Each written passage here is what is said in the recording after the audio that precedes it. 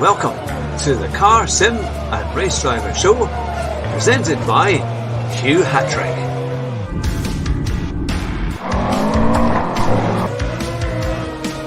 Here at Bathurst in the Forest, my very special guest, Basic Ollie, Rascal, Rabbit, Josh Martin.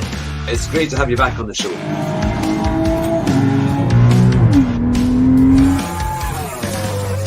Drive fast and try not to crash. Good evening to everyone out there from all over the globe. You're watching the Car Sim and Race Driver Show, and we have two incredible special guests all the way from the other side of the world, from Australia, and I believe even New Zealand as well. That's right. Definitely. It is.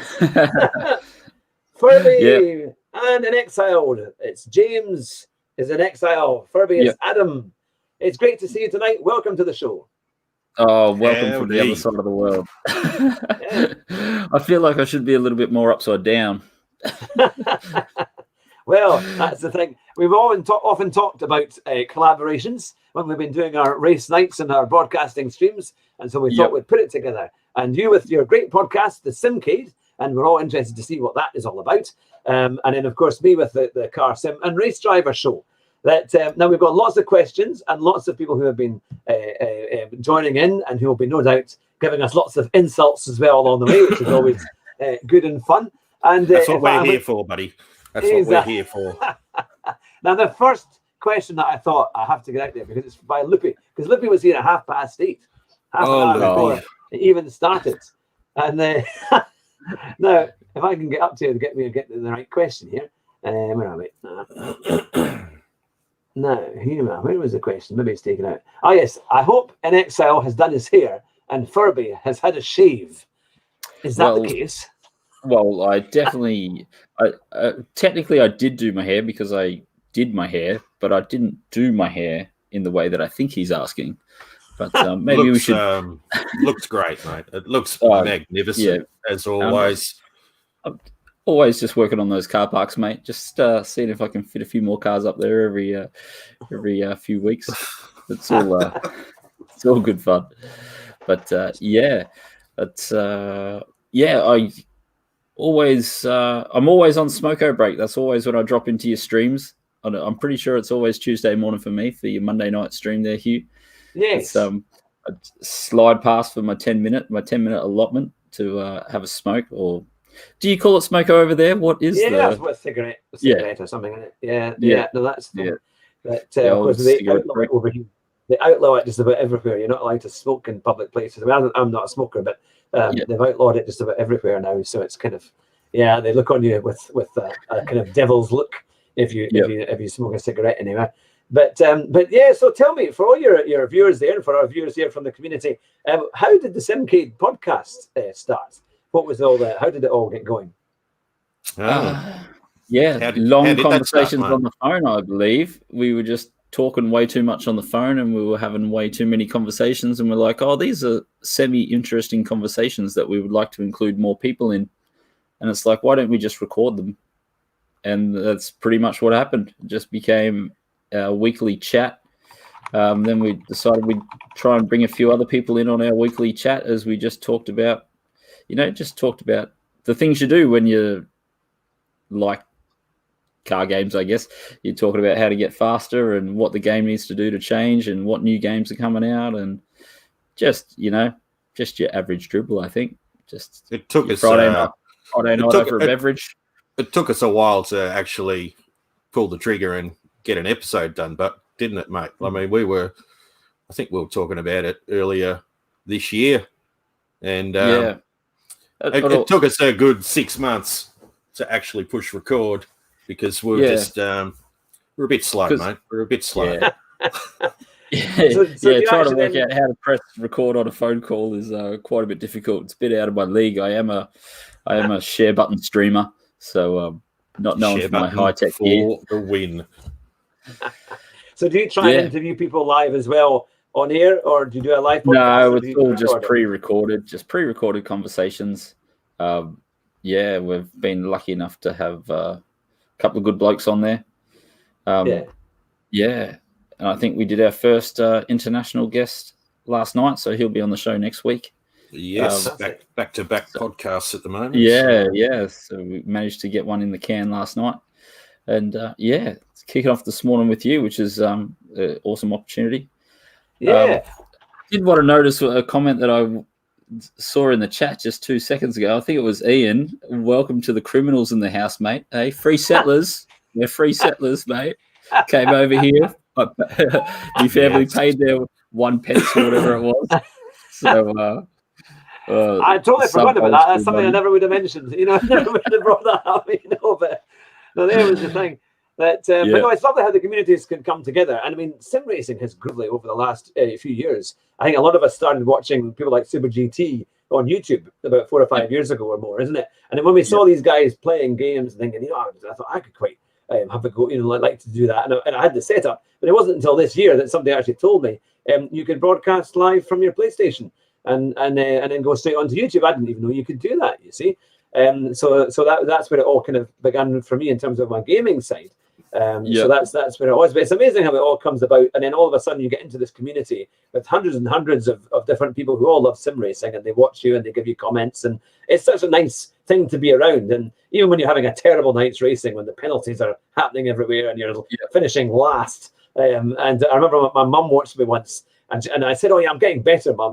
I'm doing quite well. I've won a few races." And the one race that she watched me was at Fuji, the long circuit. I think it was in a Toyota GT86, and I finished last because I had been knocked off a number of times. And then she just comes back to me and says, "You told me you were supposed to be good at this. You finished last." And, I was going to say the chat always keeps you motivated. As we see the chat scrolling past now, a few big names up in here. We've got Digital Car Culture, Chad Rice, and the Luke Man himself. So g'day fellas. We'll say hi. But Mr. Ian as well, Andrew, everybody. Hi. It's great to see everyone, especially all our new subscribers and our existing subscribers. It's great to have you all with us. So we need to put questions out to all of us, and I think it's only right that we should invite our guests so I can get out of it for a few minutes, and we should ask you some questions. But so, how do you find? How did both of your careers start then in sim racing? Because you've both got rigs, you're both doing lots of good races. How did that all start? Your turn. My turn. Yeah, you've already had your turn, mate. Okay. How did I start? I started playing Gran Turismo, the first one, of course. I think like everybody else did, and just kept playing a lot of car games. Probably had a break for maybe 5 years or so.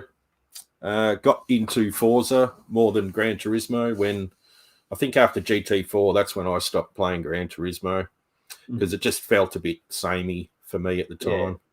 Got the Xbox crappy wheel, started Forza. And then a friend, Joe, he got into GT Sport, and I'd had a PS4 since launch day and and had Gran Turismo as well and never bothered putting it in.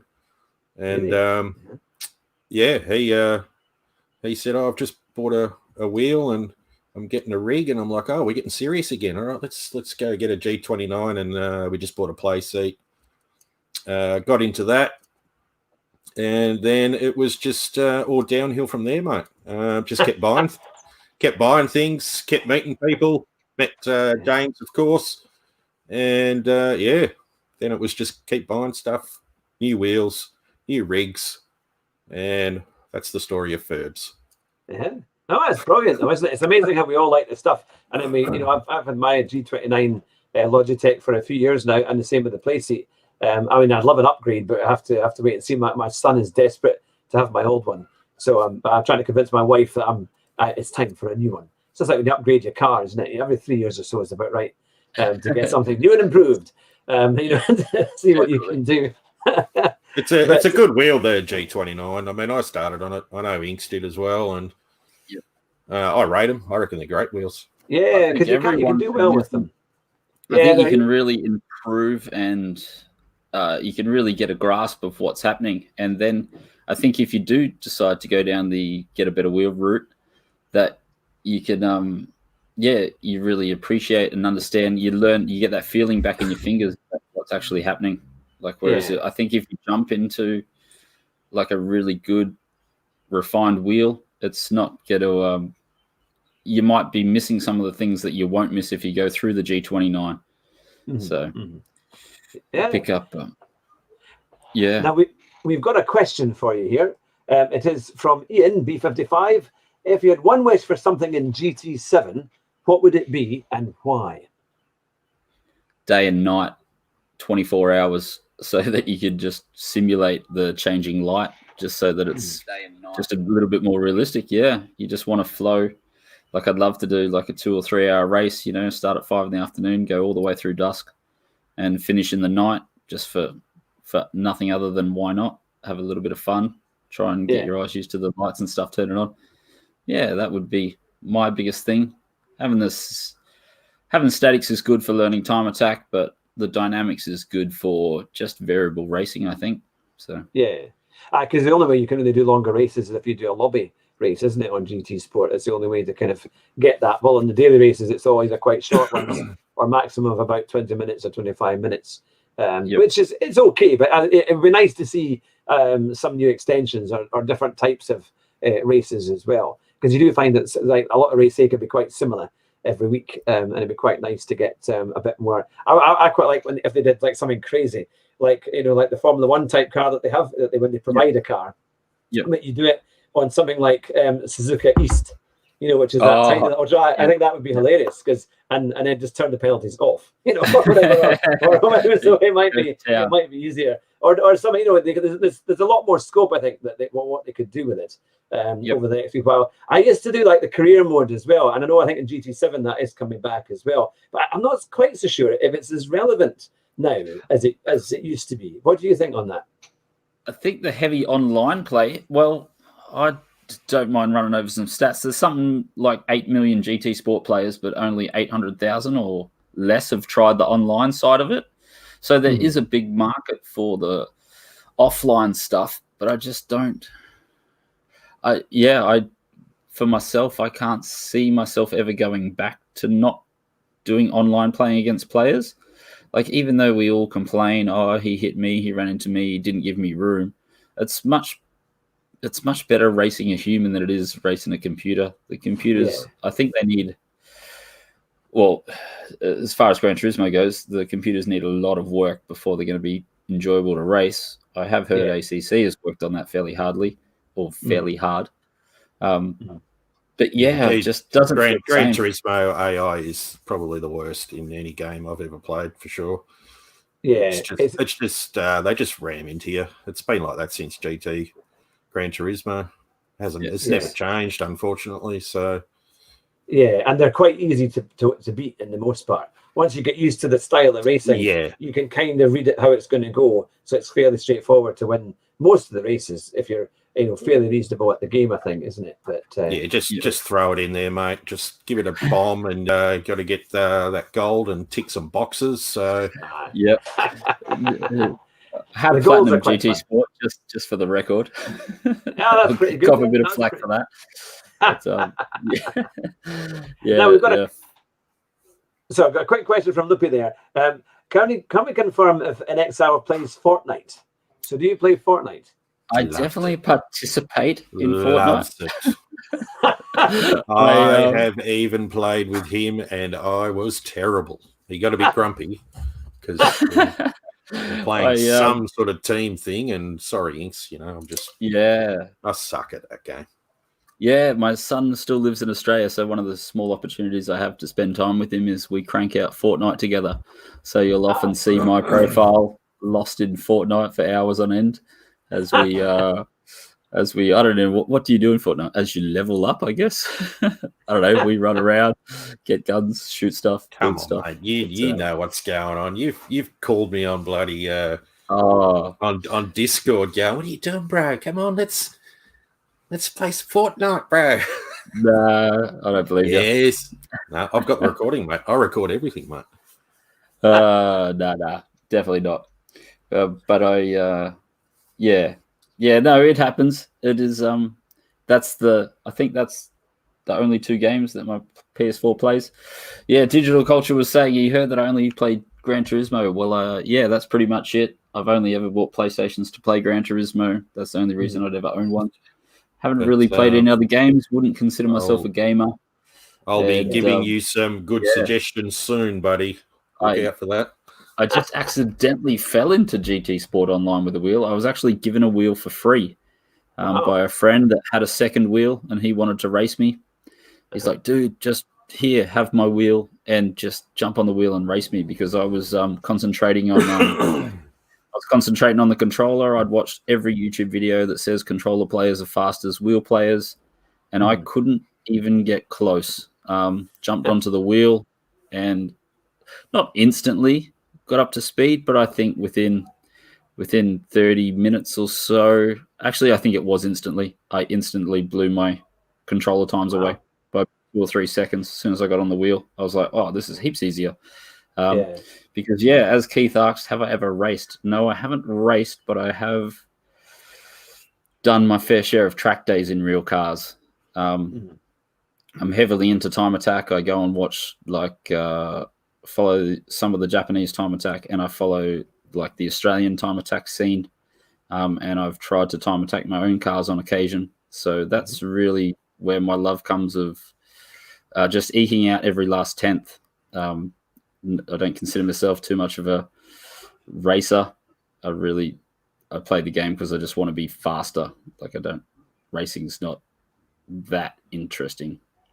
Yeah. So it's 2 very different things, though, isn't it? Because I think people go down the time trial route to try and get a really good time and learn how to go faster and that. But then if they do too much of that, it does affect your racecraft, isn't it? Because you don't get the race experience, and that's what I was trying to do earlier in the year. I wanted to be more competitive, so I'd be further up the grid.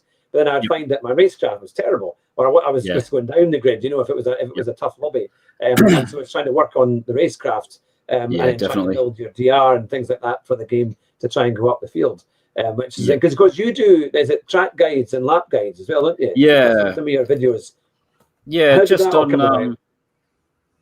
That just because I was going through the process of trying to learn how to go faster, so I was watching all videos and I was reading books and I was reading a lot of different sources. And once again, I was just on the phone to Furby one day and I was like, we were talking about how to drive faster, do a lap faster. And we just started talking about a video. Should I make the video to help myself learn? Because a big part of going faster is you have to watch your own laps and analyze everything. So you need to watch other people's laps and analyze what they're doing. Then you watch your own laps and analyze what you do differently. And so that gave me an opportunity. Those lap guides are pretty much me analyzing my own lap to the point where it's just, and hopefully I can even give you one tip, trick, technique, or something that I learned or noticed while I was watching my own lap that helps other people go faster, because you don't. I definitely think you should get as many sources as possible and as many opinions as possible if you're interested in driving faster, that is. And and you just never know what you're going to hear or from which person it's going to make sense. You could watch 3 lap guides and, one guy might be faster, but another bloke says something in a different way and it means more to you and it starts to make sense. And you're like, oh, that's what they meant by, doing this or doing that. And I've just tried to, it's hard because you really want feedback on those lap videos, but obviously sometimes maybe they're not game enough to give you feedback in the comments of what you could do better. That's just sort of how that came about, and that's that's helped me. And I'm still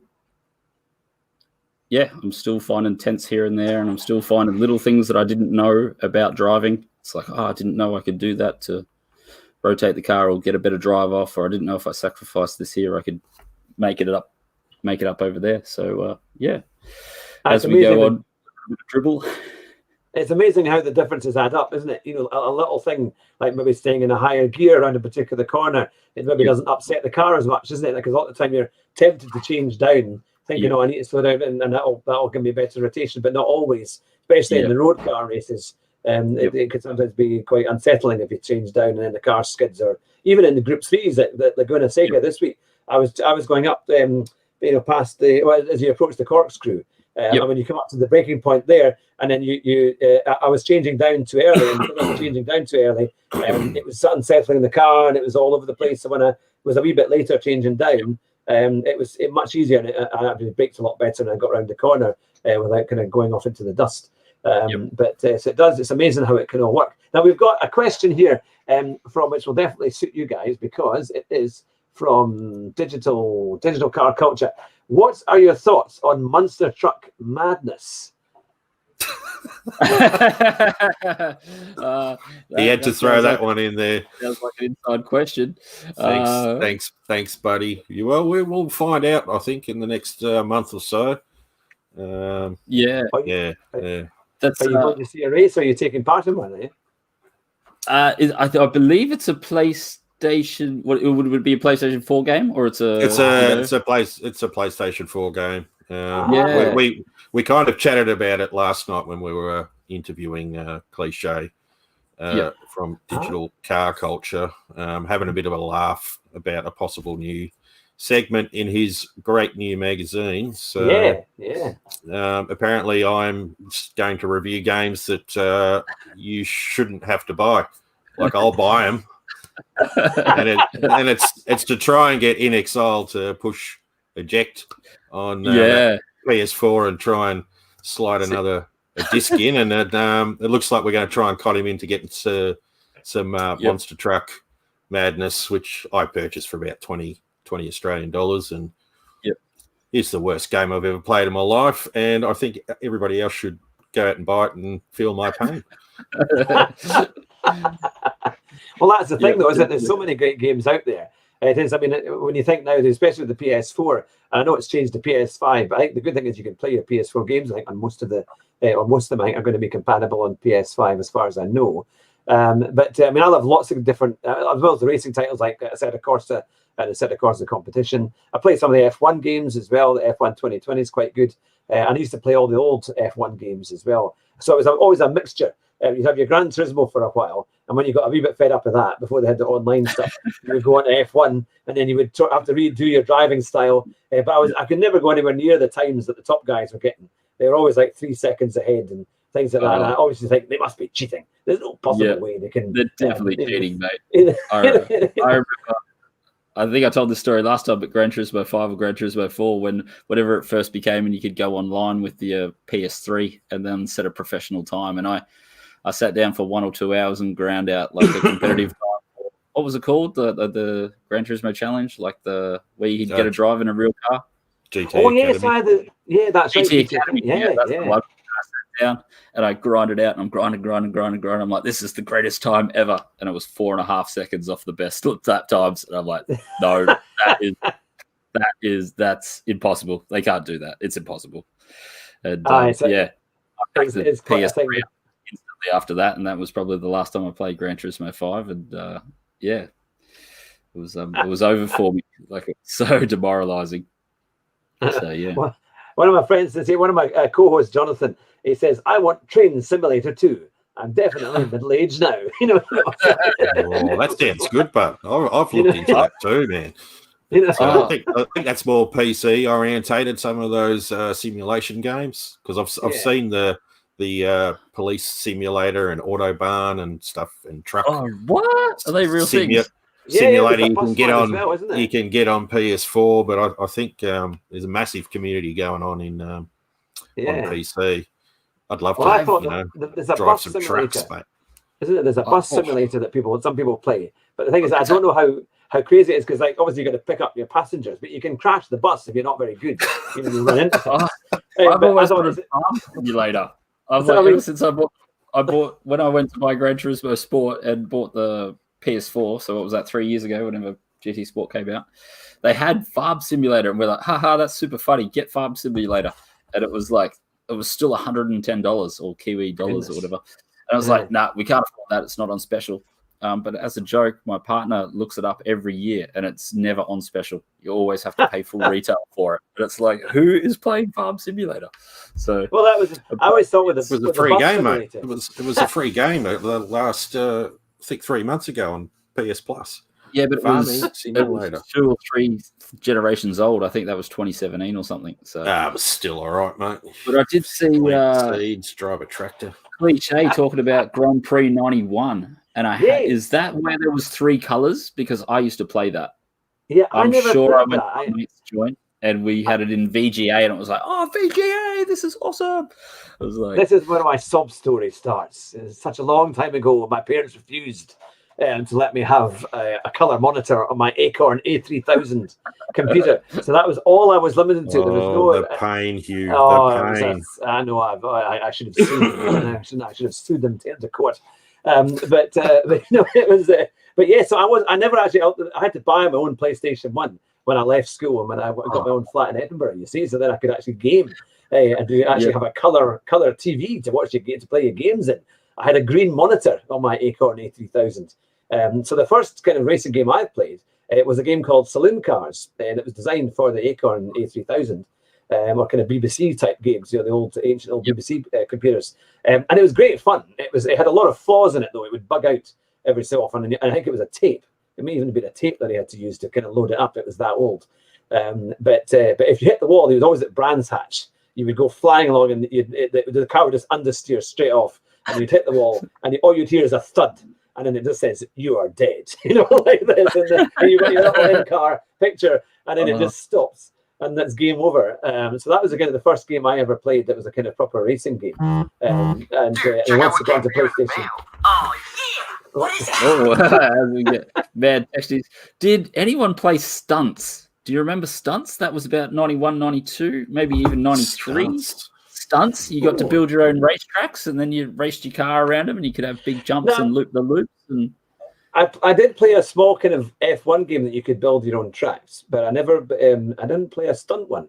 Because I was loading stunts up on YouTube recently. I was like, I remember because I think I never had Grand Prix. I don't know if it was Grand Prix 90 or Grand Prix 91. I always had to go to my friend's house, but then my parents bought a 386, so we had like the full color monitor, and we got stunts, and it was like, this is outrageous. And I was watching it on YouTube, and it can't be more than 20 pixels, mate. You can't even see a car; it's just a color, just like a yellow pixel, and that's your car, and then it's just like flat green for the grass, and then it's flat black for the track, and it's just like that's it. You had, I think the car was yellow. If you wanted a red car, you got a red square box, and it was pretty much, it was outrageous. I was like, I can't believe I played that. So the good old days, mate. The good old days. One of the best racing games I ever played at the start I think it was on PS1, and then I think I had it on PS2 as well. It was touring cars, Toka touring cars. And bring back Toka. Bring it back. They were so good. They were so good. And I remember doing, I think it was Toka 2. You could do a whole progression of your career. In single seaters, and then eventually you got to the proper touring car drivers, and the teams that would take you on. But you had to prove your skills on the lower formulas, and they had Formula Ford, and it was fantastic. Formula Ford was brilliant because it was really argy-bargy, and if you crashed into somebody else, they would kind of hold it against you, and they would be constantly after you, even though this was AI at the time. They would do everything they could to take you out.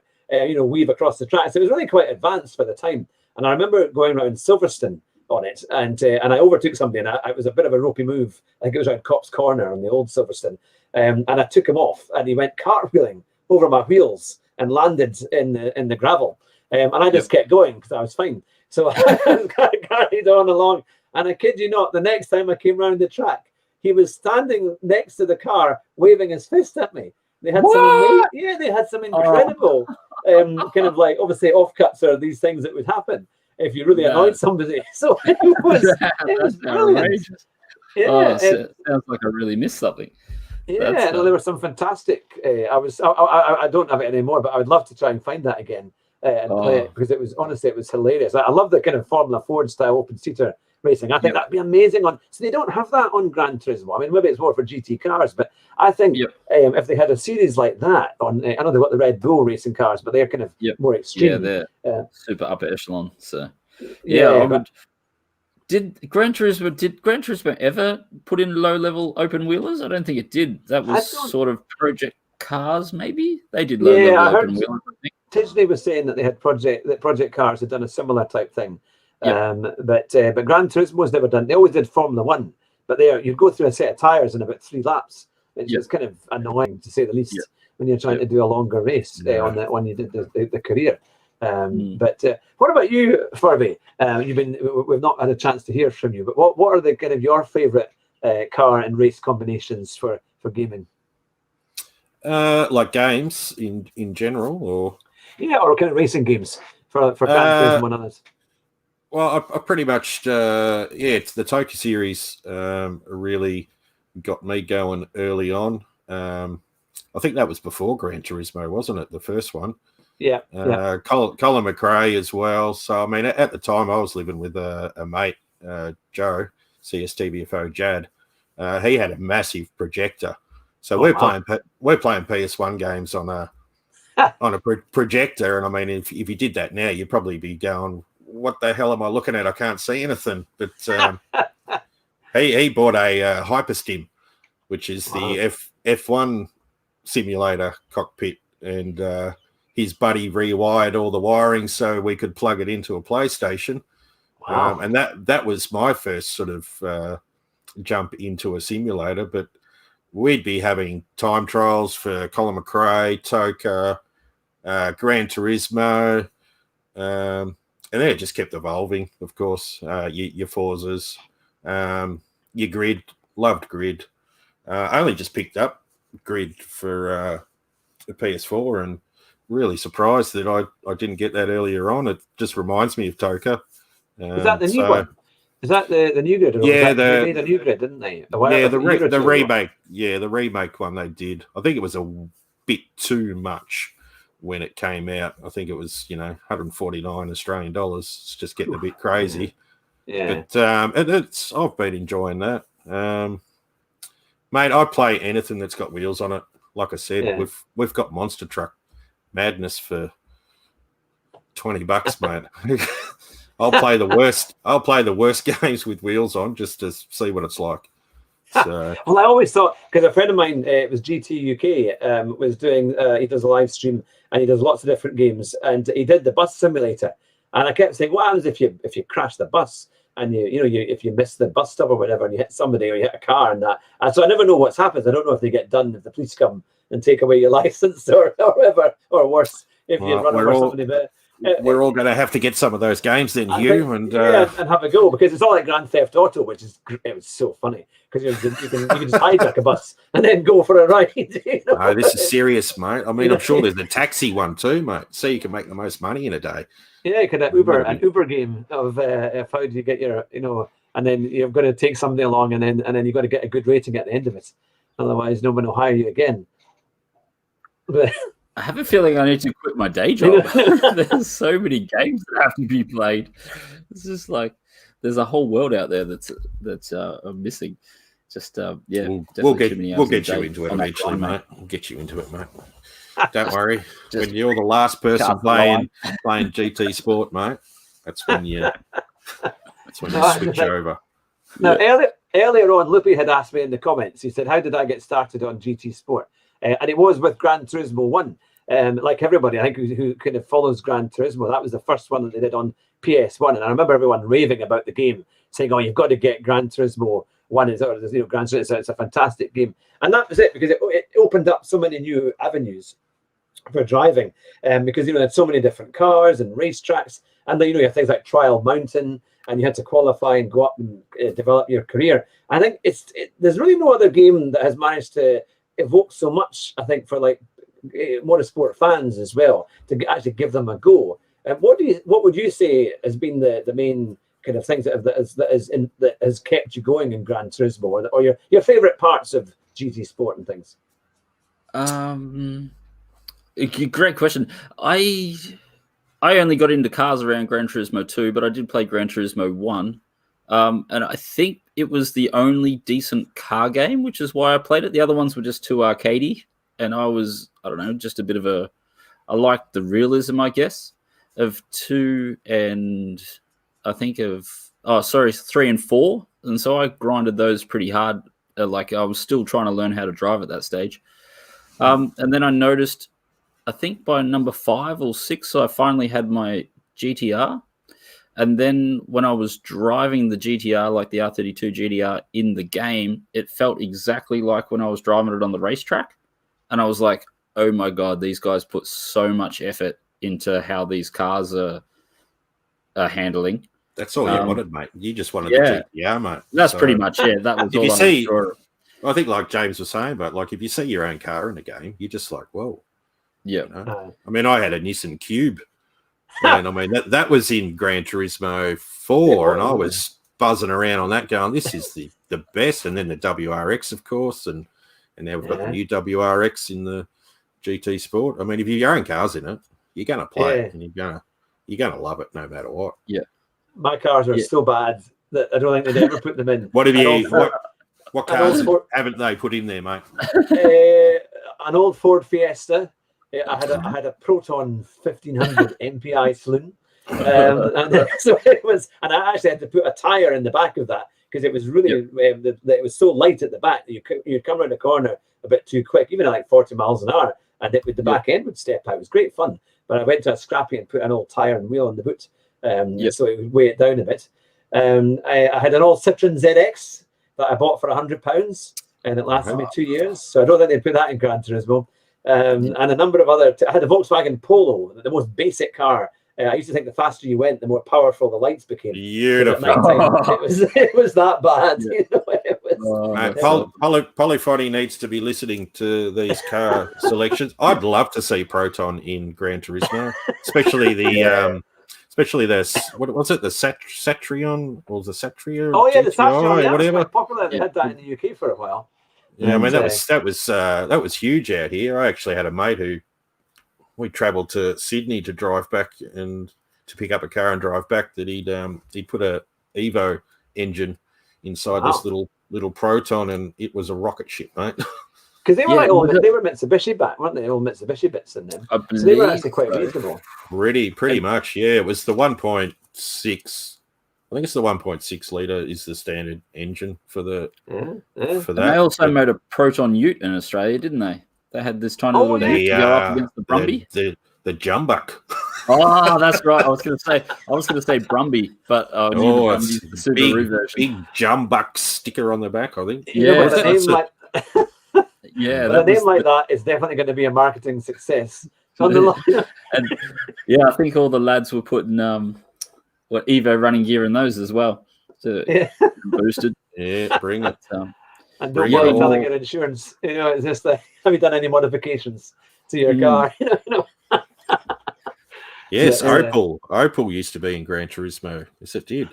Yeah, there's so many car brands that are missing at the moment. They need at least 10, 15 brands. Yeah, they used to. I don't know if it was 4 or 5, but you used to be able to get like the.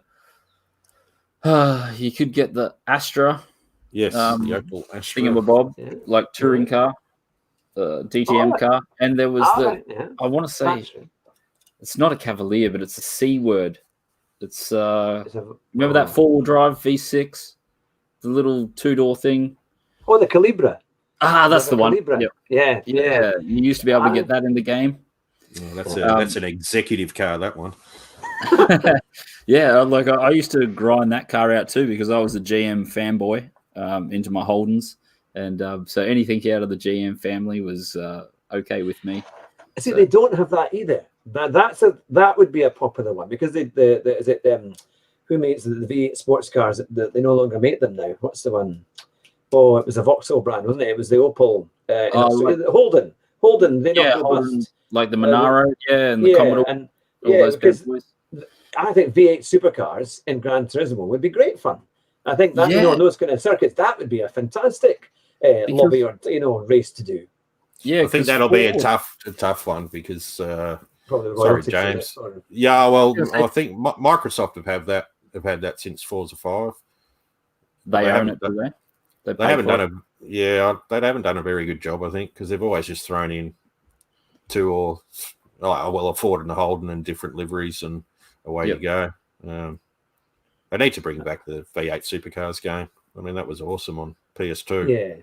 See, what do you think? Because I think a lot of us are motorsport fans as well as being sim racing fans. And I found that having all these racing games has actually been the great way in, because motorsport is expensive. And if you want to go to a big event somewhere, it does cost a lot of money. But the great thing about sim racing is that it gets you into it. You can do it for next to nothing, if not free, if you've bought the PlayStation and the controllers or whatever.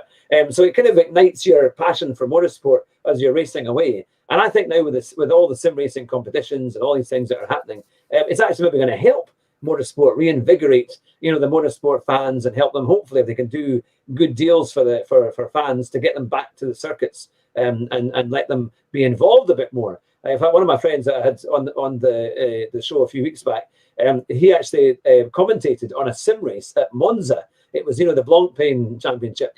So he was at the end of the pit lane in a building at Monza, and at the same time as the race was going, the real cars were exiting the pit lane and doing their practice and the whole thing. So, I mean, I think things like that could be fantastic. And I hope as COVID kind of releases and hopefully goes, it would be amazing to see more of those kind of events all over the world. And I think that would get a lot more people into motorsport. What do you think? Definitely. Definitely, mate. Definitely. Yeah. I wouldn't mind if those car brands would push their cars, not go for exclusivity. I think Toyota and like to only have their cars in one game. If they could just that kind of mentality, you never know where you're going to find your next fan. So I think you should be open to having your cars in all the games and all the moods. You really don't know where they're going to come from. And it does, like you said, it gets a bit upsetting that Forza owns all the V8 Supercar stuff, and then there might become a V8 Supercar game, so then Forza will lose those cars for that season and you won't be able to have them. And then Gran Turismo only ever had that Ford Tickford, 2002 or 2003 model. Those, a little part of me wishes the car brands would just be like, no, here's the car. As long as, a nice rendered image of the outside of it, and then do whatever you like, make it into race cars, make it into street cars, and push it out to people. Because in effect, that's where their customer base is coming from. You think that's going to reinvigorate the whole kind of appeal, because we grew up loving cars and just wanting to drive and wanting to race and having fun with cars. And that culture is getting less and less, especially when you look at education nowadays in the schools. They call it, especially we've had this over here, they call people who like cars, car dependent, as if it's some kind of evil term, and I know it's crazy. And for example, ruining the planet. The Greens were saying that they want 80% of people now to use the bus or to use public transport, and just 20% of people to have a car. But obviously, for most of us who might live in the countryside or in the outskirts of a town, we need the car. It's we have to have one to get about and do things and have some form of life, and what it represents. And I think that this is the big problem nowadays, because you look at the younger generations growing up at school, they're not into cars like they used to be. They weren't motivated but we were like Subaru, Impreza, WRXs, and all. There's all these car cultures from different brands that we all would get behind. And now it's because it's seen as wrong. They're not even having a chance to say, well, actually, no, cars are fantastic. They're an amazing thing, and driving is freedom. It's an amazing thing to be to actually, yes, we've got to be responsible with it, but it's an incredible, amazing thing. And the funny thing is, when the Greens were asked, what about if every car was electric? And they said, oh, no, even that's not good enough because it's tire problems. You have to get rid of tires, and there's an environmental impact with that. So these guys just hate the car. And unfortunately, that seems to be an influence that's hitting the next generation. And I think I'm hoping that with sim racing, and if we get some decent folk running it, the car manufacturers can kind of fight back and say, look, come on, this is a great way of this is going to develop your life, not just take away from it. That's what these lot always say. Yeah, well, you said everything right there. Cars are engineering masterpieces. If you had to build one from scratch, you wouldn't even know where to start. There's so much technology that goes into them, and anyone that talks a car down, I don't think fully understands how much brain power has gone into getting them as economical as they are. And you can complain about their emission outputs that they have, but they're so much better than they were, and they're only getting better. And as long as you keep giving engineers problems, they'll keep coming up with solutions to solve them.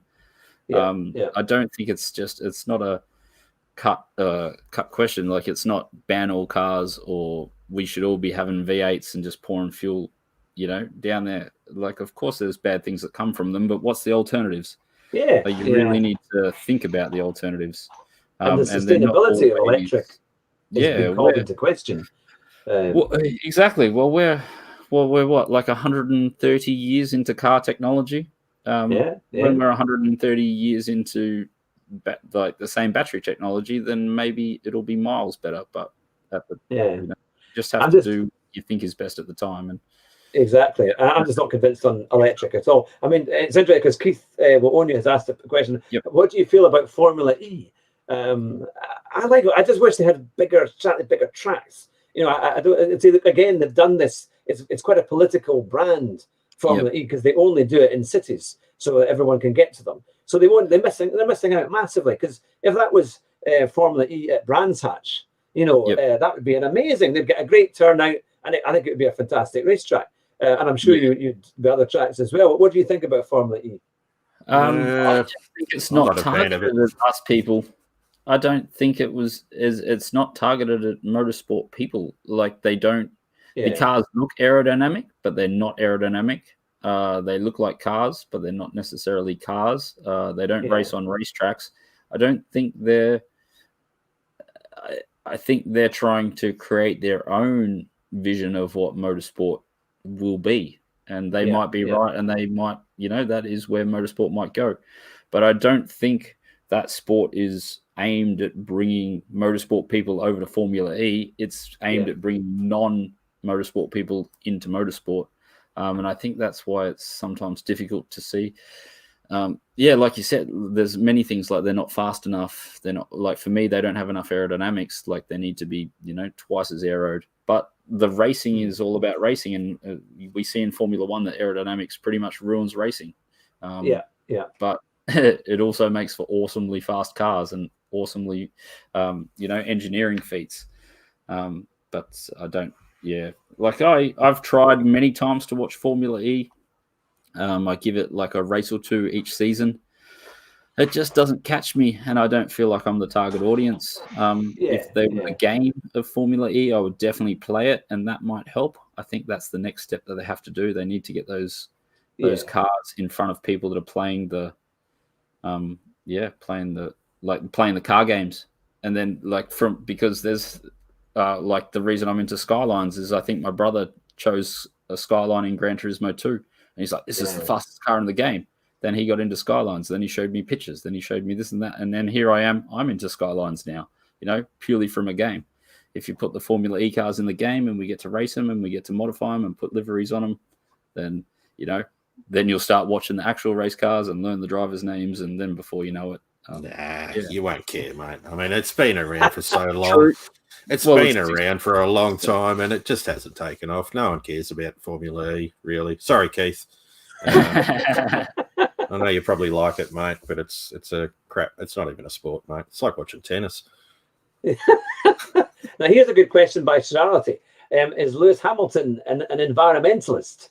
That is an interesting question, because he's kind of gone off. I was a big Lewis Hamilton fan, to be fair, but as he started to bring in his own kind of voice of politics, I have to say, I've really gone off the whole thing. And I think a lot of people my age have also gone off. I think we've all had enough of. I think we've all had enough of Hamilton in a way. I mean, he's a great driver, but I mean, the guy just posts crap on Instagram, and I don't really know how to answer that question, but I have enjoyed this season listening to some of his interviews. He started to nerd out about driving and cars, which I've never heard him do before. Like, I've been watching F1 ever since he's been fast, and he never really talks about driving. And I feel he's starting to talk about driving and what he's doing. And I think he's the kind of guy that needs to. He can do whatever he likes.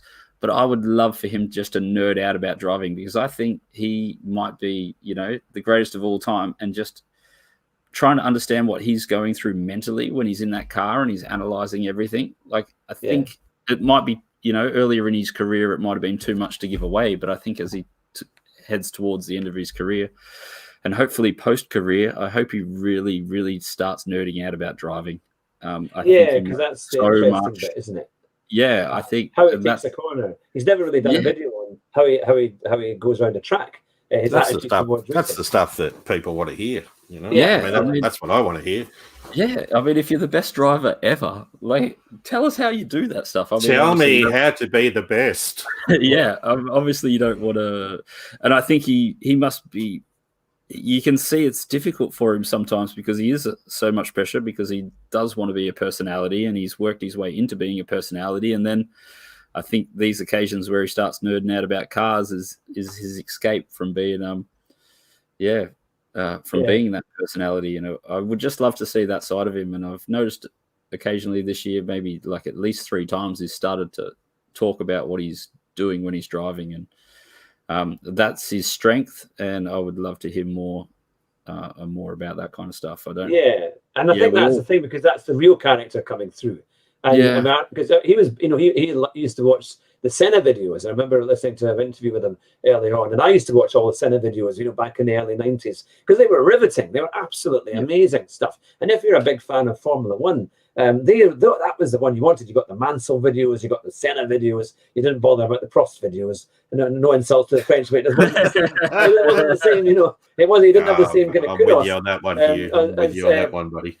But when Senna went into it, I mean, he had these incredible speeches and really would go into every minute detail as to how you would target a lap. And I remember one of the interviewers on the video said, "Would you ever run a race like a qualifying lap?" And he kind of takes a minute to kind of think about it, and does this with his fingers, and then he comes back. And I think a lot of drivers would have said no and just would have dismissed the question. But he said yes, and I've done that before. Whatever race it was in Mexico or somewhere, where he had to come through the field and eventually overtake people, and every lap was like a qualifying lap. And he was open about it. And he was also very open on his religious beliefs, the whole thing, that his whole character.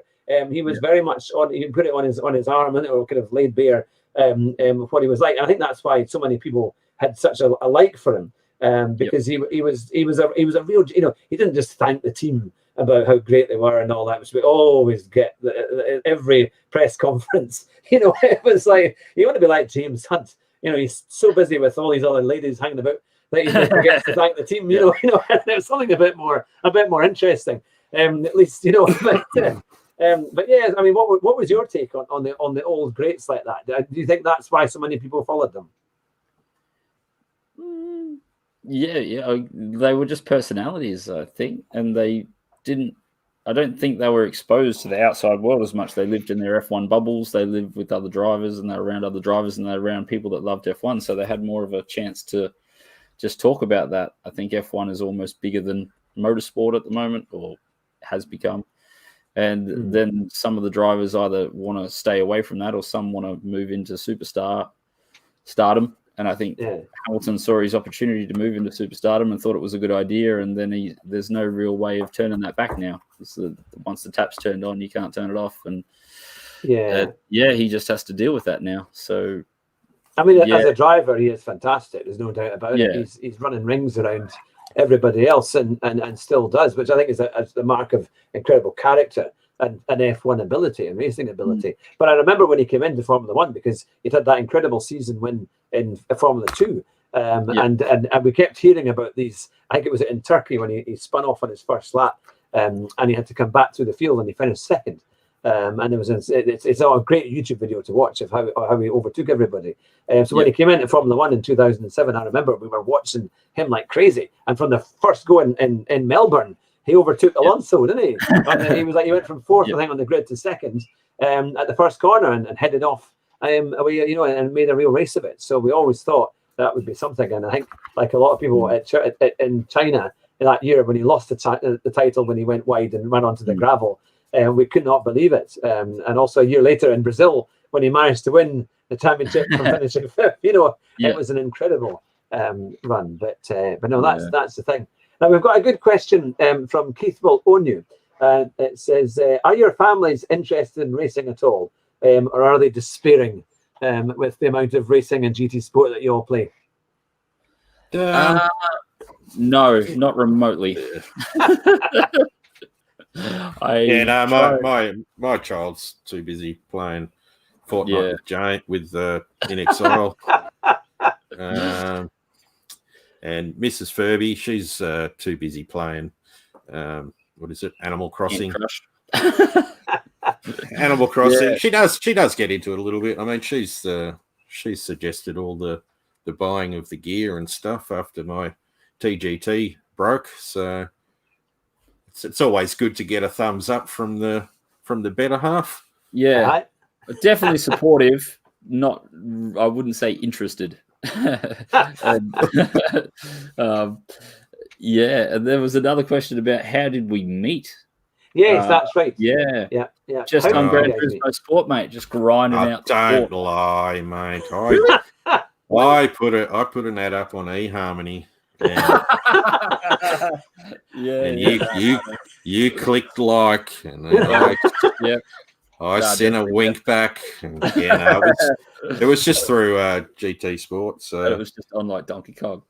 YouTube, yeah, I'll probably say YouTube. I mean, I started watching iRacer GT through YouTube, and I think that's where I met, pretty much everybody. And then, found Inx's channel, and after a while, just got to talking and just hit it off pretty well. Pretty much had the same ideas, and both like to talk about 5 hours of dribble every day to each other, which is why we thought we'd do a podcast to record it. Although we should be recording some of the Discord chats, mate, because we keep forgetting, mate, when the podcast comes along. We're like, what are we going to talk about today? Oh, I don't know. Nah. What would you say on Friday? Yeah. Oh, I don't know, mate. You really do say nah, by the way. So nah. But what was I thinking? I was somewhere. It's gone. eHarmony. Right. Yep. Good. Yeah, I like that one. Formula eHarmony. Yes, that's a good one. that was hilarious. Yeah, Sim Racers a love channel. Meet new friends.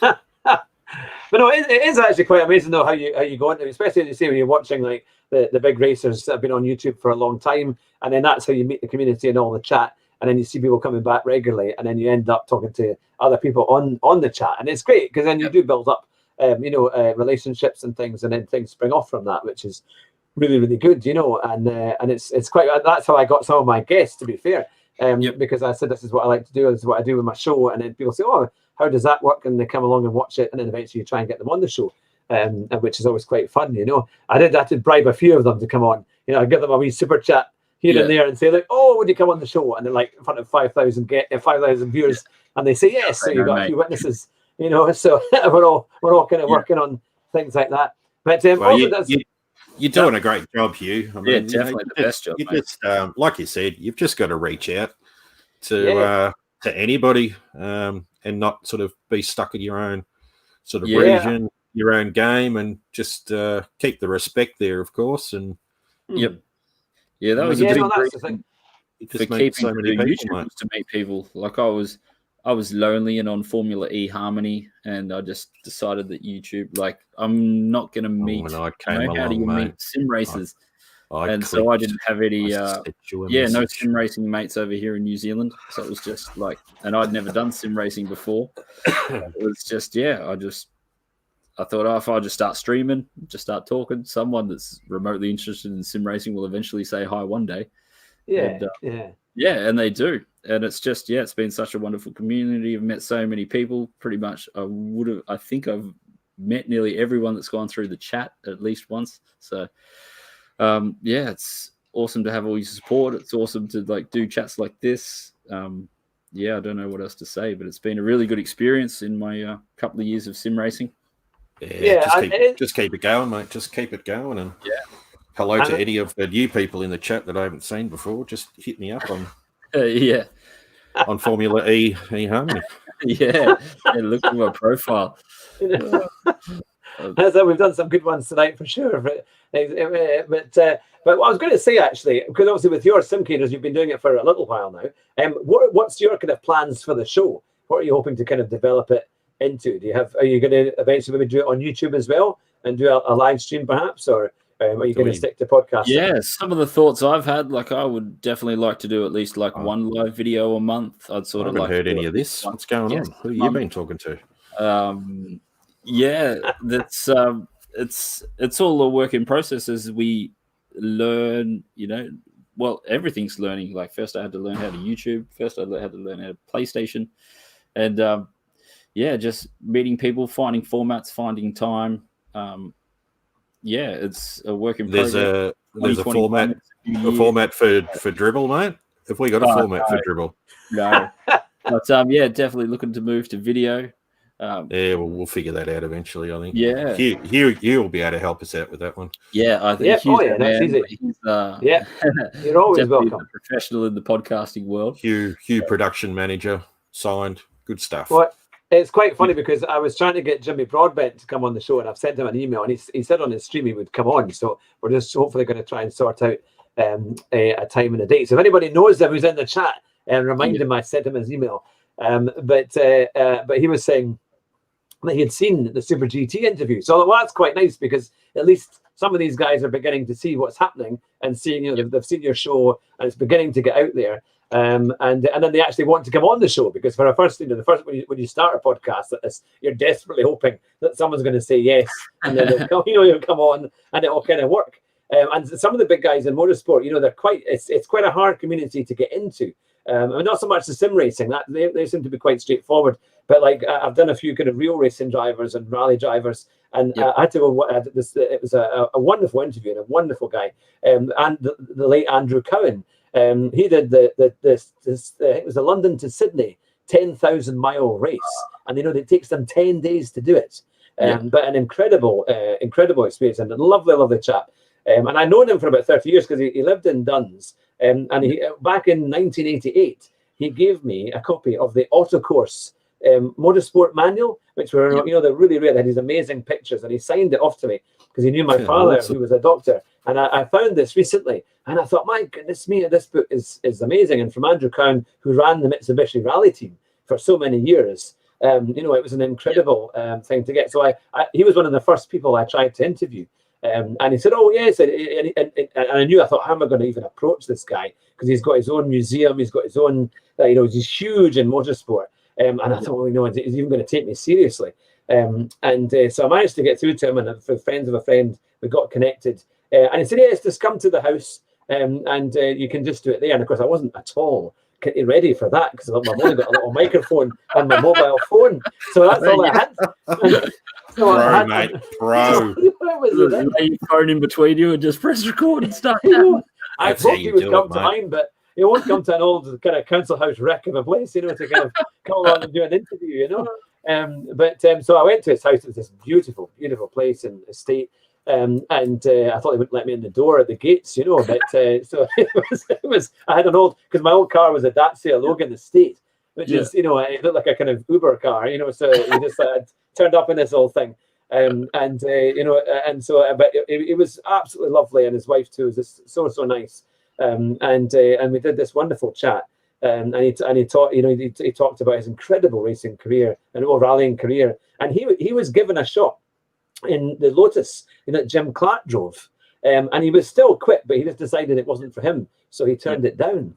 And so you're getting into these characters that were just, to be racing at that time, they all knew all the greats, and they were just like, they were just almost like family, but he was seen as a good driver. If Colin Chapman gives you a go in one of his cars, you got to think that's going to be worth something. That's going to be, they obviously thought it's, you're worth a shot. That's how it kind of started, and then I hope to do some more touring car drivers. I'd quite like to get people like John Cleland, who are big in British touring cars in the 90s and things like that, and then get on to some of the current touring car drivers as well. I think they would be great fun. But so because you were saying you've been interviewing real racing drivers too, did you have one last night, or you've got you were interviewing somebody last night? You were saying earlier. We might as well share it. Digital car culture, cliche from digital car culture. Good job, mate. We were just talking about his new magazine, and how we got into it, what kind of games he's playing, and all that kind of stuff. So that was really good, a lot of fun. That'll be out next Saturday. Seeing as we're making this SimCade's episode number 16. Yep. So thanks for joining us, Hugh, on episode 16, mate. That's all right. I won't charge you. Anymore. Good. Broke. That's what sim racers have in common. We're all broke, you see. We can barely afford a wheel, We're happy. We're a happy bunch, apparently. Yeah, definitely the happiest. How about Keith's question here? That's an awesome question. Yes, about the Formula 2 cars. I was just going to come on to that. If you were given the keys to a Formula 2 car, how many laps could you do at Silverstone before crashing? 0. Probably gets 300 meters, mate. Oh, I can't stand Silverstone. Sorry, I have a English fellas. I have a load cell pedal, and it's cranked up fairly heavy. And I'm going to still say that when I put my foot on the brake of an F2 car, the brakes aren't going to work. That's the thing. It's like a rock, isn't it? That's the first thing you notice when you do the normal proper racing cars. The brakes, you've really got to shove them to get any kind of force at all into it. And that's I haven't been doing my squats, mate. So do Formula 2 cars use hand clutches as well? Because I dare say I don't know how to use a hand clutch. So, yes, they might do, but I heard a thing about that, because I used to think, how do you work out a biting point on a hand clutch? But it's not like that. It's similarly loaded into the actual connector, so it does that for you. So if you have to slip the clutch, when you put the revs on and then release the button or release the paddle, it automatically does the clutch control for you, and that's why they set it up on their way to the grid, so they can choose their clutch. So because I thought, because I remember watching Martin Brundle driving the Ferrari F1 a few years ago, and he was quickly going over all the paddles and things, and I thought, how on earth do you do that? Because you've got to have, one side was the clutch, the bottom paddle was the clutch, the top right was the semi-automatic to engage first gear, and I thought, how do you do any kind of clutch play with your left hand, to be able to set the car off? But it's done automatically, so they just let it off, and then as long as the revs are high enough, it should take away, But I know that's the fun. Have you ever driven? Sorry, Carol. Oh, I do have the clutch experience. So I've got like a fully floating clutch in my GDR. Oh wow! So it's fairly outrageous. But lots of revs, and just pop that clutch and see you later, mate, and you're good to go. So it puts people off. People don't understand because it's the input spline isn't joined to the clutch plates. The clutch plates just free float on the splines, and so it's really noisy and loud and clunky, and like if you don't give it a bucket full of revs, the coal car just like launches itself back and forward and tries to die. I used to love. We've got a great. I'm a big fan of Alfa Romeo, and in Britain they sell the Giulietta, which is now quite an old car, and they've got what they call the TCT gearbox in that. And I was at a company car driving day a few years back, and they had it with both the petrol and the diesel engine. But with the petrol engine, it's fantastic because you click it in, and it's like an old style sequential gearbox, and it just goes gunk. And honestly, we're in the car park, and they've got all the different manufacturers, and Alfa Romeo had their kind of section. And every time I just love to go to you come to the kind of giveaway bit, and then you would click it into first gear. I'll go out of gear just to click it back in, because it just sounds like a racing car when it goes, and then it goes off, and it kind of classes. It's almost got that first gear whine as it kind of heads off into the distance. And they were so good. But have you any of you guys ever driven a real racing car as well, or like a kind of like a single seater, like a driving experience or anything like that? No, not that kind of stuff. But I've done rally cars. All right. Oh, man. Yeah. I was a co-driver for a rally. So like Lancer Evos, Rexes, and other stuff. And they all had like floor mount pedal boxes and all the jazz. Like, so trying to drive them with clutches that are, all like two-way LSDs, like the center LSDs all locked, and the fronts are two-way LSDs and stuff. Like trying to move them from standstill becomes fairly difficult on the bitumen. It's the same sort of deal. Big rotary idle things give them buckets and buckets of revs, drop that clutch, and just pray that it moves. And once it starts moving, just make sure you don't let it stop moving, because otherwise you won't be going anywhere anytime soon. But but no real race cars per se. Like, I did drive a Lamborghini once. That was pretty. You can tell that was just set up to just feel like a race car. So, like you said about that gear change, every time you change the gear, like the whole seat would just smack you in the back of the head. And you're like, I don't think this car needs to do that, but it's gonna do it to let you know that you've spent $300,000 or $400,000 in the car. So, how about you, Furby? Have you been in any kind of big racing cars or things like that?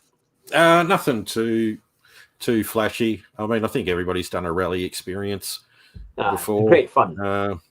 In a Mitsubishi and an old My 99 WRX. We didn't do too good in the rally, but we used to do the track days, of course, in my own cars. So I used to spend a lot of money on cars. So I think the first one I spent a lot of money on was Nissan Pulsar Triple S N14, and we ripped the engine out of that and put in a Bluebird Triple S U13 DET, GTIR bonnet, front mount intercooler, T25 turbo. I think we're doing quarter mile times of about 12.5. Wow. On that. And then got the WRX and started doing track days down at Sandown as well. Oh, wow. Racetrack down here, skid pan stuff. And then it was just costing too much money. Yeah, that's it. It can be expensive. Racing much. The little gymkhana sort of stuff that you could do, Motorkhana sort of stuff through the witches' hats. It was just, I mean, even though it was through your WRX club and the Nissan club, etc., you did find at the end of the day it was just adding up to quite a high yearly cost, and there were probably better things to spend the money on eventually. Well, I remember I did a couple of race days years ago, and with my good friend Jonathan, who's in the chat there tonight, we went down to Donington Park, and this was 2 weeks before the European Grand Prix at Donington, when Senna won it. So they were preparing the track and getting all the banners up and all the stuff, above the garages. They were getting the F1 team names and all the kind of stuff was going up. And it was the Jim Russell School of Racing, and I just turned my 18th birthday. So I went down with Jonathan and his father, and we did. It was £100 for the whole day, and you got to drive a single seater. It was a Vauxhall Astra GTE. You got some go-karts and a couple of others. So it was like an amazing package for what it was all those years ago. And the best bit was when you got to drive the single seaters, and it was like a Formula Vauxhall Lotus. And I remember because when I was 18, I was a lot thinner than I am now, dramatically thinner. And the guy who was teaching, were, mate. Yeah, it was. And the funny thing was, there was a whole bunch of us. There was about 15 of us, and then we were split into two groups. And the guy, there was two instructors, and they all looked. And I thought, why are they looking at us? And they said, right, you lot, you go in those cars, and you lot go in those cars. The thinner people were allowed to go in the Vauxhall Lotus, and the fatties were told to go in the Formula Vauxhall because it was a bit bigger and easier to get into. So at that time, I was actually able to get into the Vauxhall Lotus, which was a wee bit because it was more cramped. But it was quite an experience. And I remember I videoed it. My mate John, he had his Sony cam thing, and he was videoing me go down the Donington Loop as he went round and round. And he tried to do a Frank Williams impression. And he said, yes, we'll be signing him up next season. And on this thing, and we took it back to school because I was still at school at this. I was in the sixth form. And we put it on, and the headmaster honestly believed I'd been signed up for Williams for the next year. And I went up, and I had to kind of take this certificate because I'd come last in the whole day. They give you out a certificate at the end because I wasn't very good. And so we said, oh no, we'll have you up at assembly. So I had to go up in assembly and say, well done, we'll be looking forward to your career in motor racing and so on. And nothing ever came of it. But but it was great. It was great fun. And the thing is, some of these big YouTubers, the motor racing, like Renault, they did a thing where I think it was seen through glass. The guy, and then also Jimmy Broadbent, I think he's done it, and also the guy who does the F1 is it Gallagher? Is it Mark Gallagher? What's his name? The one who does all the kind of Formula One videos. They took him to Renault. Renault invited them all and they allowed they gave them a shot in a detuned Renault F1 car with a V8 engine around Paul Ricard. So we could be there. Give us a few you years. Never know, do you? Eh? Give us a few years. You never know what's going to happen, mate. Yeah, there's just so much more, I think, better opportunities for stuff like that in Europe, where you are. In Australia, there's nothing. I mean, New Zealand seems better than Australia for car culture and going to the track.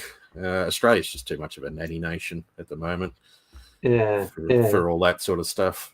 And it had a great history. I mean, I remember watching the Grand Prix from Adelaide, that back in 1986, watching Mansell's tyre blow, and they were phenomenal races, really incredible races. I think it was in 92. In 92, there was a big race between Senna and Mansell, and they crashed on the final corner coming into the start-finish straight.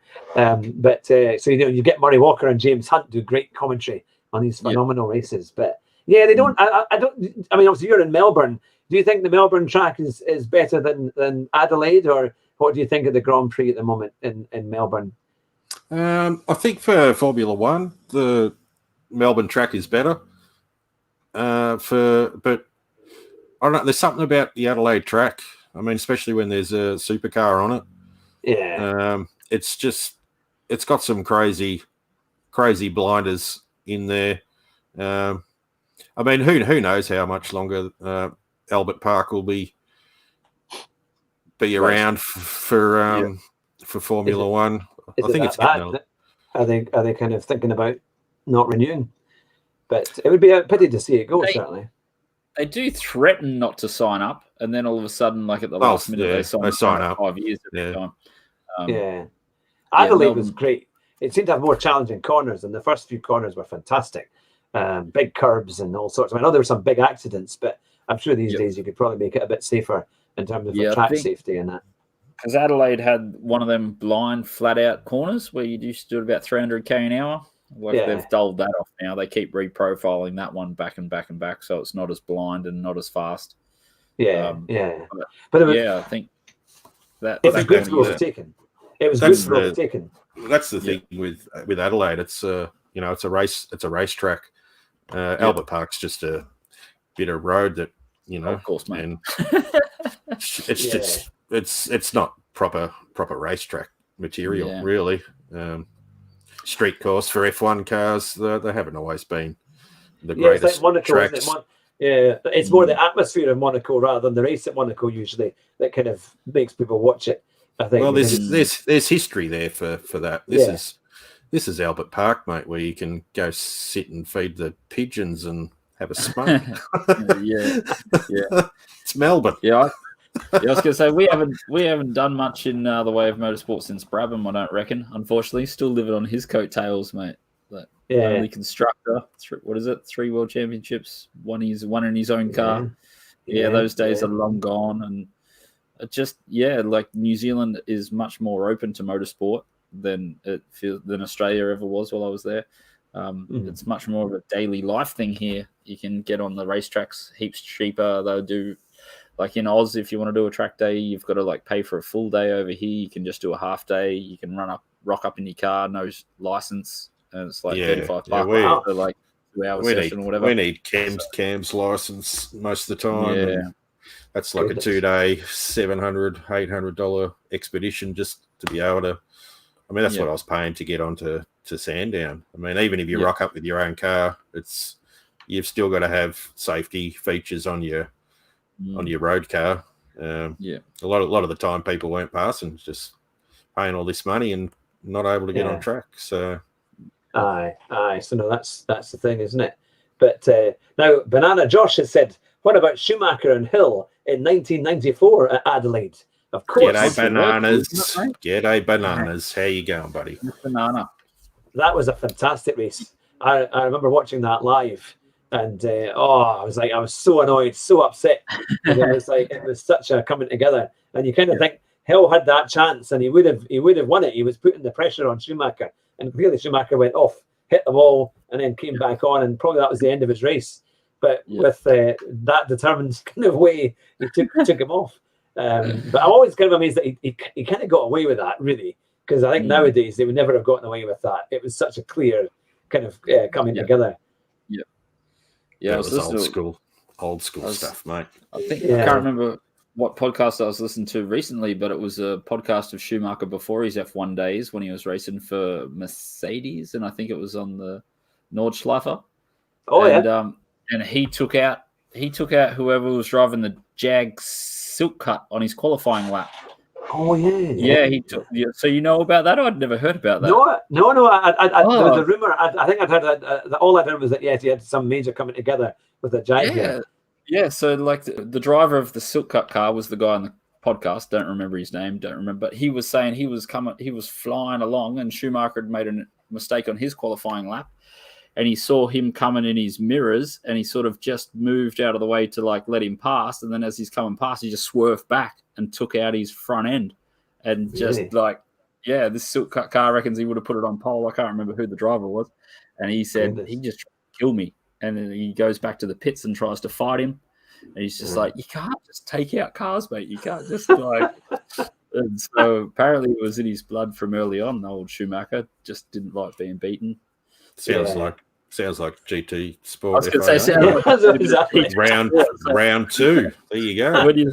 When you think professional fast drivers don't get grumpy, I can definitely get first position on this first corner. Yeah, you can definitely race. As I'm sitting in 16th, turn 1. Oh, there's a gap. I'm going for it. 16 cars. Well, see, that's our motto. You see, we win the race at the first corner. Yeah, definitely. The Race Driver Show. That's what we are. It was actually Jonathan that came up with that one. When he was in the race team.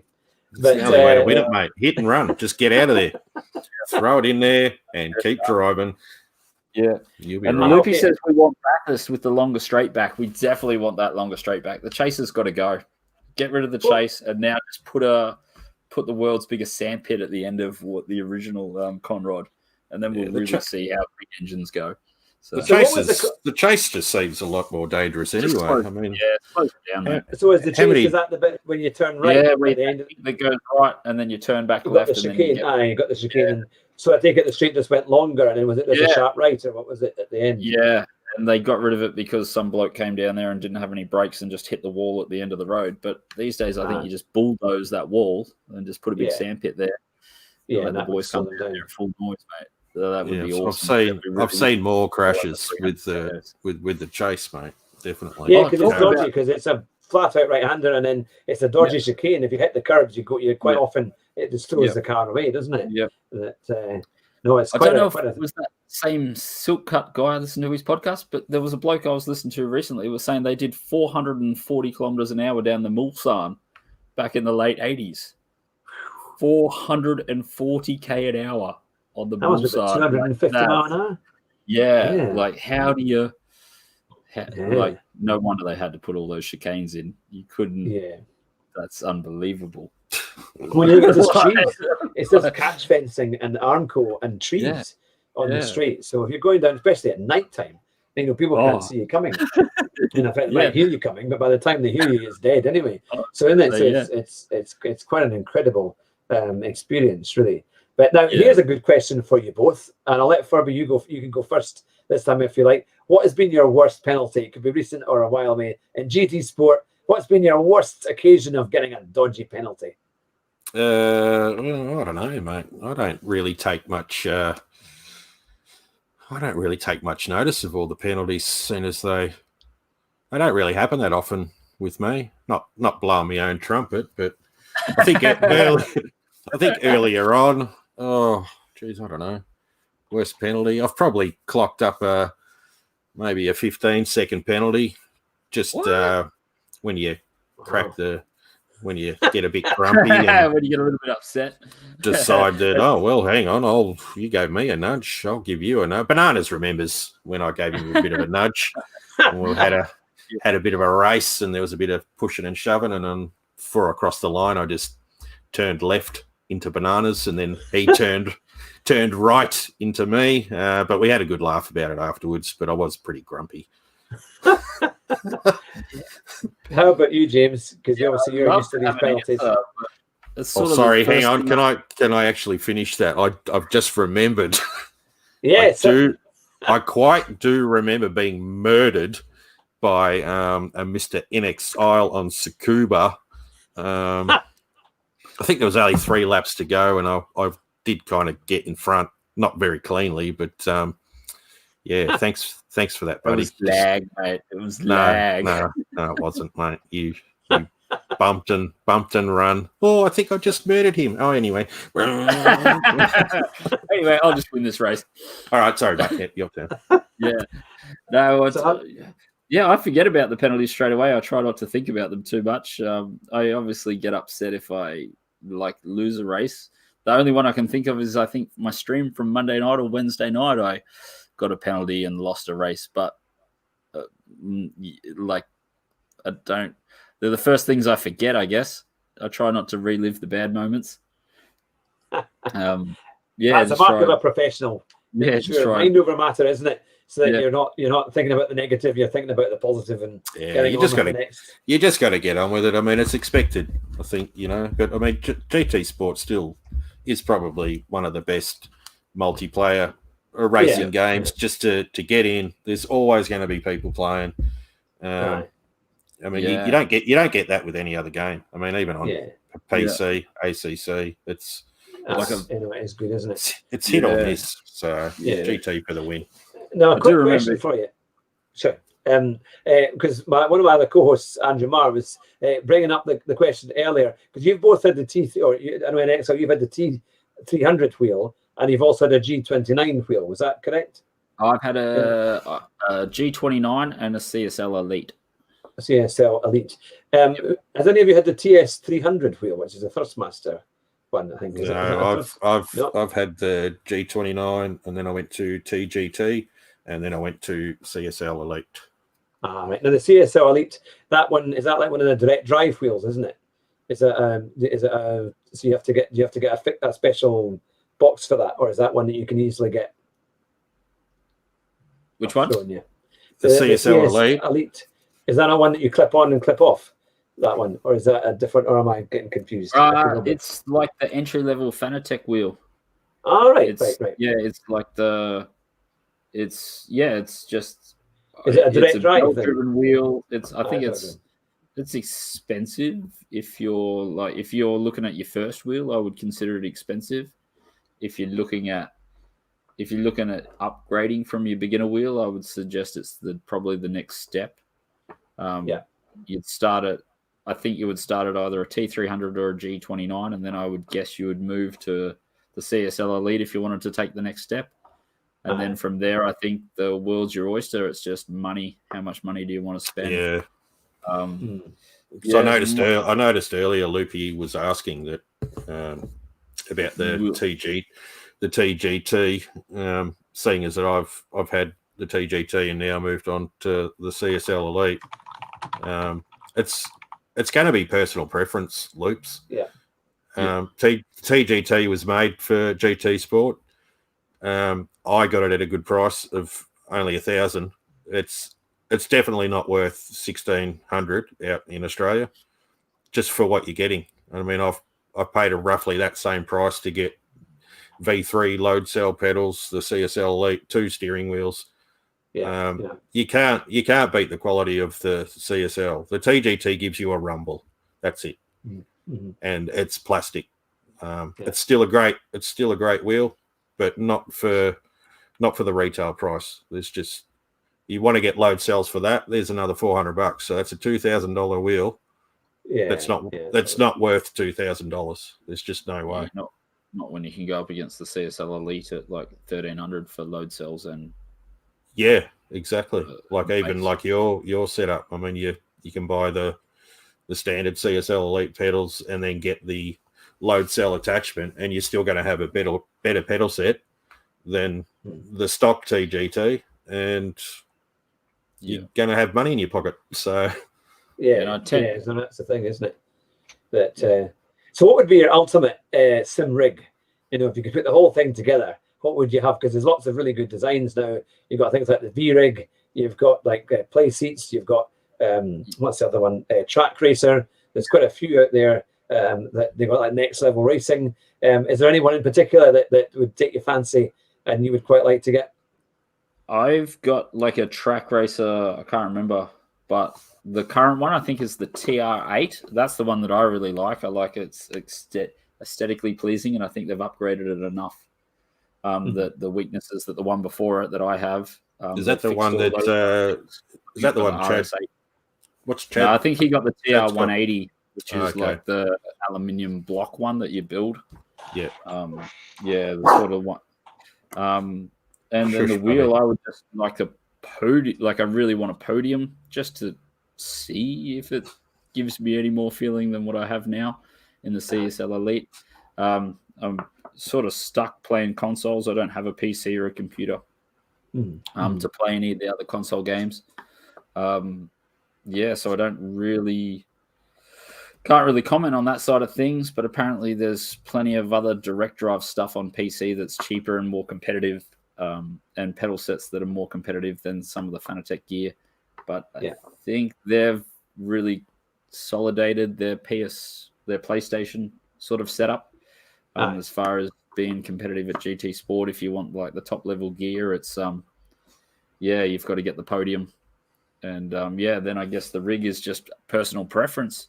Yeah, so Chad Rice is just saying TR80. But it was like TR180, but maybe I'm wrong. Yeah, so and then there's just a TR8 as well, which is sort of like a tube chassis sort of thing. Yeah, the track racer stuff looks really impressive. I noticed that the Amazon Thea uses a track racer, and she did a video about that, and it does look really good. I like the V-Rig because it changes the type, so you can have Formula One, you can have a Gran Turismo style car, or you can have a rally car as well, and the whole setup changes as you would do it. And I think in Europe it's only like €999, which is really not bad for what you get for your money, you know. It's all going to be subjective anyway. I mean, whatever works for you. There's no right or wrong in any of this. I mean, I can sit here and say the CSL Elite is the greatest. Someone else might sit in it and go, no, I prefer my TGT. I've had both wheels and I loved them both. I do miss my TGT. But as for sim rigs, I mean, I love seeing dudes that I think like Stephen Scott's just written, you know, do it yourself rigs. There's some guys that have made some amazing DIY rigs just out of, I don't know, it's like MacGyver, a toothpick and some sticky tape, and they look comfy as. So, you know, whatever works for you, man. Yeah. Well, would you believe it? We've been going for an hour and a half. Just getting warmed up, mate. Just getting warmed up. What do you reckon? We're probably going to have to call. We were definitely going to have to do this again and make a part 2. It's been absolutely fantastic to have you on the show and to do a bit of a collaboration. So what's your next show? So you can plug your show for all our viewers and your community there. What's the big next show that you're doing so they can get ready for that? With Digital Car Culture. We've got an interview coming out with Digital Car Culture. He talks to us about his latest web magazine, all the games and all the issues and all the different ways that you can do sim racing, which is a bit of an eye opener for someone like myself who's very narrow in what sim racing is. It's called Gran Turismo Sport, and you do it on a PlayStation 4. Cops and robbers, mate. Cops and robbers. There's a whole other world out there from it's like talking about the underground cinematography and like cruising and cruise nights and what games you can use to just broaden your horizons. Like if you're not into racing that night, what game do you plug in and what do you do? And all that kind of stuff gets covered. It's really interesting. And if you haven't already planned to get him on the show, I dare say you should probably add him to your list of people to talk to. So it's funny that you said that's who you were interviewing yesterday, because I got an email from him just literally a couple of days ago. So we've been in talk. So so we're going to hopefully get him on the show and see. He's a great guy, that's for sure. And it's great to see as you say, the expansion of sim racing and all its different ways and different, people's different perspectives and how people are doing it. He's got a magazine going, which is great, because obviously it's a online one, because in this day and age it's quite hard to get a magazine launched, let alone make it successful. Definitely. So it's great to see people having a go, and especially about sim racing and that kind of thing. And so that should be fun. But we've got our Christmas special on this Thursday. And we've got Rory Alexander. So yes, he is coming on the show. We've also got Basic Ollie, and we've got Keirith Cart coming back on as well. I was going to say that's some big lists. Mate, how do you get all these big names? Hey, Inks, what do we got? What do we got going? Have you talked to Chad? Chad would love to have a chat with you. I'm going to dob him in right now. Get Chadsky on there. Yeah, definitely. I would love to. Yeah, I was going to say, he's blowing up on the Twitch down under. So Well, tell him I'm interested. Tell him I'm absolutely open. I'll have I'm more than happy. Send a message over, mate. If he's watching or if you're in contact with him, just let him know. We're on the Discord, so if he's on, you can always send me a message on the Discord, and I'll do that. We will be having our Christmas special is going to be with Chad Rice. So that'll be another great episode talking about hot dogs and what else. I don't think we talked much about sim racing. It was just about eating hot dogs and shopping for video games. No, that's the thing. That's the thing. And in terms of how did I manage to get them on? Well, I get all the kind of all the bad stuff that they're not allowed. I bribe them. I find all the dirt, and then they say unless you come on the show, we'll expose you for this, that, the next thing. But no, it's they've all been really, really good actually. It's fantastic to. You just got to reach out, and in time people come on the show, which is great. That's it. Keep it going. Yeah, you just keep finding out every day. There's just too many nice people around. It's it is one lovely community. Well, that's what needs to be. That's what needs to be promoted, man. Like the good side of sim racing, man. Yeah, Chad. Yeah, Chad's in there. He's in the chat there just now. So send me an email. If you hughhatrick@gmail.com, and we'll get things sorted out. And that would be fantastic because we can definitely get things sorted into the new year. I know there was another chap who was looking to come on the show as well earlier on. So we'll get all these guys coming on in the early new year and go on from there. But look, it's been an absolute pleasure to do a collaboration tonight, and it's good to see what you're doing over there with the SimCade. Appreciate I wish you all the best. You're very welcome. I wish you all the best. Thanks for being on SimCade as episode 16, mate. Thanks, buddy. Absolutely. All the northern hemisphere, mate. Just know that it's beautiful down here in the southern hemisphere, mate. When you're chilling up, laying down, we're going to be wearing a t-shirt. 30 degrees. I'm wearing a t-shirt. It's warm enough in my house where I can wear a t-shirt. That's about as good as it gets. You've got the heater on, mate. I know you have. Yeah. Had your son fun 40 months ago. Now it's our turn. Well, look, you take care. Have a wonderful weekend. Enjoy the you too, mate. Weekend. Thanks to everybody in the chat. Thanks, fellas. Thanks for the chat. I'll finish up there, but stay on the line just now. But for everyone who's been watching here on the Car Sim and Race Driver Show with the SimCade, a great collaboration indeed. A fantastic thanks to Furby and to Inxile. It's been great to have you on the show. And remember, drive fast and try not to crash. And if you can, win the race at the first corner. Take care and make sure you come back for our show on Thursday with our Christmas special. Bye just now.